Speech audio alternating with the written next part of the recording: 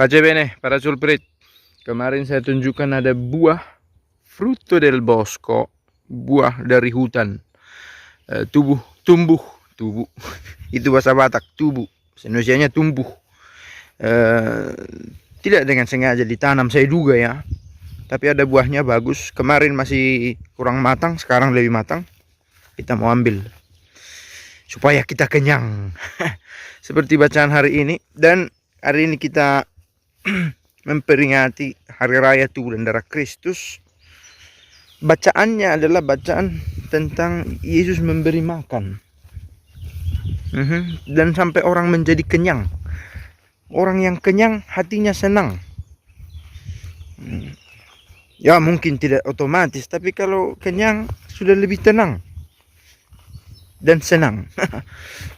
Dan karena senang, hatinya tenang, dia punya banyak perhatian untuk yang lain. Tidak lagi terlalu sibuk mengurus dirinya. Tapi kita mau lihat dulu. Banyak buahnya. Kuning. Sudah lebih kuning. Oke. Dan kita mau bicara sedikit soal tubuh dan darah Kristus yang kita rayakan hari ini. Banyak buahnya. Baik, para culprit, sekali lagi selamat hari Minggu, selamat merayakan hari raya tubuh dan darah Kristus. Semoga sudah ada kesempatan untuk menyambut komuni pada hari Minggu. Dan kalau ada yang belum punya pengalaman untuk itu karena mungkin masih offline, saya tidak tahu apakah masih banyak gereja yang tutup karena COVID. Sabarlah menunggu sampai tiba waktunya. Apa yang mau kita maknai dengan menyambut tubuh dan darah Kristus?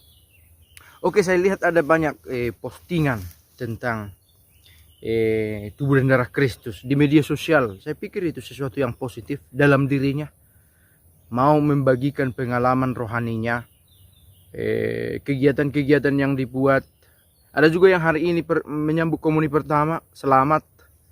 Salah satu putri saya, Hara, menyambut komuni pertama juga hari ini. Dan juga sebelum-sebelumnya juga ada selamat, baru di video ini dibahas tentang itu, atas komuni pertama yang disambut. Tapi apa yang mau kita maknai? Makan tubuh dan darah Kristus langsung begitu dekat, tidak ada lebih dekat kepada kita, masuk ke dalam tubuh kita selain dengan cara memakannya, masuk ke dalam diri kita. Oke, kita mau mengatakan di sini betapa rendah hatinya Allah, sebegitu dekat mau hadir dalam hidup kita, menyertai kita. Allah yang begitu yang kita kenal dan kiranya memberikan kita ketenangan. Karena tahu bahwa Allah yang kita kenal itu adalah Allah yang mau menyapa, hadir secara nyata. Apa konsekuensinya kalau Allah itu dekat? Kita tidak kesepian. Kalau sadar betapa dekatnya Allah itu, ada bersamaku, kita tidak dikuasai oleh rasa kesepian. Sekalipun kita ada dalam kesendirian. Itu dua hal yang berbeda. Loneliness, solitude, sendiri dan sepi, itu dua hal yang berbeda. Kita bisa sendirian tetapi tidak kesepian karena sadar Allah menyertai. Itu yang pertama. Yang kedua, karena merasa sadar Allah menyertai, saya merasa dikasihi. Dan ini adalah kekuatan yang sangat penting. Kemarin kami berbicara tentang hal ini dan menarik. Betapa pentingnya perasaan dicintai. Dan ini adalah bekal untuk bisa membagikan sesuatu kepada orang lain. Perasaan dicintai. Nah, ini yang penting dan ini seringkali terabaikan. Perasaan dicintai. Karena kalau saya merasa dicintai, mi sento amato, merasa dikasihi, kita punya bekal untuk berbagi ke orang dan kita tidak sibuk mencari perhatian orang lain supaya mengasihi saya, menuntut orang lain supaya mengasihi saya. Nah, ketika kita menuntut orang lain atau sekitar kita, ketika itu hubungan bisa rusak. Hubungan bisa rusak. Ketika kita memberi tuntutan kepada orang yang di sekitar kita. Tapi ketika kita memberi sesuatu yang orang lain butuhkan, karena orang lain juga menuntut sesuatu dari kita, tetapi ketika kita sanggup memberi apa yang dia tuntut, misalnya perhatian, kemampuan mendengarkan ceritanya, kita hadir sebagaimana Kristus pernah hadir, memberikan kenyamanan kepada yang lain. Nah, Ekaristi adalah Allah yang hadir. Menyambut tubuh dan darah Kristus berarti Allah memenuhi keinginan kita, sedemikian ia ingin memenuhi sampai ia hadir dalam rupa roti dan anggur. Dan kita yakin roti dan anggur yang kita santap adalah tubuh dan darah Kristus sendiri. Apa maksud dari keyakinan ini?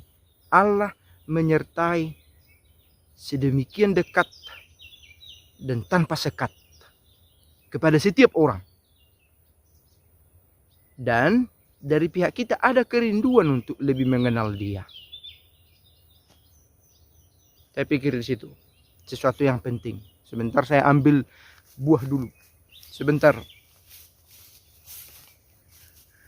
Bagaimana lah tinggal di kampung-kampung, buahnya petik sendiri, modal dari alam.